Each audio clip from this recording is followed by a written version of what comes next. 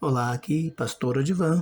Gostaria de entregar uma mensagem aqui da Palavra de Deus, que está em Romanos capítulo 6, versículo 11, que diz: Assim também vós considerai-vos certamente mortos para o pecado, mas vivos para Deus em Cristo Jesus, nosso Senhor.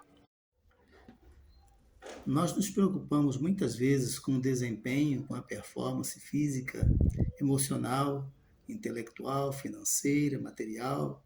Muitas vezes desprezamos a performance espiritual, que é, na verdade, o mais importante deste mundo. Então, esse versículo que nós lemos, ele fala duas vezes a palavra considerar, tanto em relação a mortos para o pecado, quanto em relação a vivos para com Deus. E essa palavra considerar, no original, vem da palavra logos, que quer dizer lógica. Isso quer dizer que nós devemos avaliar muito bem, considerar muito bem as nossas práticas, a nossa vida espiritual, a performance da nossa vida espiritual. Podemos dizer que a nossa performance espiritual é aprovada ou reprovada por Deus, né? Por que Paulo está falando sobre isso? Porque ele vinha discorrendo sobre a, a superioridade da graça sobre a lei, superioridade da graça sobre o pecado. Ele disse no capítulo 5, versículo 20, que onde o pecado abundou, superabundou a graça. E muitas pessoas, já naquele tempo e hoje, muito mais ainda, pensam o seguinte: bom, se onde o pecado abundou, superabundou a graça, então, quanto mais eu pecar, mais a graça será abundante em minha vida. E Paulo começa no capítulo 6 dizendo: para o inferno, ou seja, de modo nenhum, né? De modo nenhum. Nós que morremos para o pecado, como viveremos ainda nele?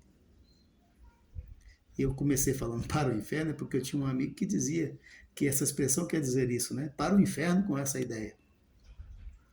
Então, e esse amigo era estudante da língua grega, ele dizia que essa expressão de Paulo em Romanos 6, 1, tinha esse sentido, né? Tinha essa força, vamos dizer assim. Então, nós devemos considerar muito bem a nossa vida para não acreditarmos em coisas erradas. Porque não é assim. Paulo está dizendo: nós que morremos para o pecado, como viveremos ainda nele? Ora, o morto não tem mais vontade. Vontade nenhuma. Se você morreu para o pecado, não tem que ter mais vontade de pecar. Não tem que ter mais querer viver para o pecado. Não pode mais isso, né? E então, por isso, nós devemos considerar a nossa vida, considerar as nossas práticas, nossa vida religiosa, nossa vida espiritual, nosso relacionamento para com Deus, né? Porque por considerar que pode continuar pecando, fazendo o que querem, e pode dizer o que querem, pode ir onde querem, pode então viver do jeito que querem, então Cristo não é mais Senhor da sua vida, se você pensa assim. Cristo não é mais Senhor daquela vida que pensa assim, né? Então, se Cristo não é Senhor, ainda continua no estado de condenação. Então, nós temos em nossas igrejas muitos crentes zumbis. A nossa sociedade está cheia de crentes zumbis. Um cristão que não fede nem cheira.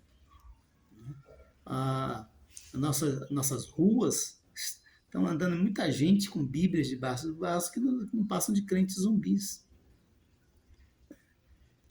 Porque, na verdade, acham que continuar no pecado é benefício. Não pode ser assim. Se morremos para o pecado não tem mais que existir para nós, né? Então, e se alguém pensa que pode viver assim no pecado, é porque ainda continua morto para com Deus. Ainda continua no pecado. E se continua no pecado, vale o que está em João capítulo 3, versículo 36, né? Que ele diz lá que aquele que ainda não está em Cristo, a ira de Deus sobre ele permanece. Veja, a ira de Deus sobre ele permanece. Agora, se estamos em Cristo, devemos viver em Cristo. Devemos viver em Cristo, né? Então, nós que estamos vivos para Deus, devemos viver para Deus. E Paulo vai discorrendo nos capítulos de Romanos, isso até chegar no capítulo 12, quando ele diz que nós devemos apresentar os nossos corpos como sacrifício vivo, santo e agradável a Deus, que é o nosso culto racional, e ali ele está concluindo vários ensinos sobre a vida cristã. E tudo se culmina nisso aí, apresentar os nossos corpos vivos como sacrifício vivo, santo e agradável a Deus, que é o nosso culto racional. E não nos conformar com este mundo. Então o crente ele não está em conformidade com o mundo. Ele está contra o mundo e o mundo contra ele. Né? Então, meus amados, devemos considerar bem isso, porque eu disse que é a coisa mais importante que temos que nos preocupar. Por quê? Porque o juízo de Deus será derramado um dia. E nós devemos prestar contas nesse juízo de Deus. Né? A ira de Deus será derramada. Muitos estão negando isso hoje em dia. Que não vai ser mais, que já foi, que nunca será. Vejo tantos ensinos assim.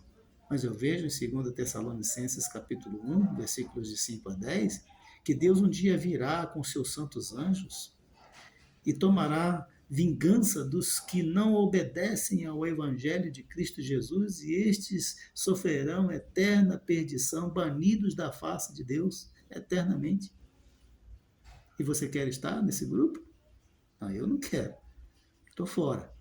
Então, meus amados, vamos considerar muito bem a nossa vida cristã, aproveitar as bênçãos da graça de Deus, porque a graça de Deus não é para nós abusarmos dela, é para nós usarmos, não abusarmos.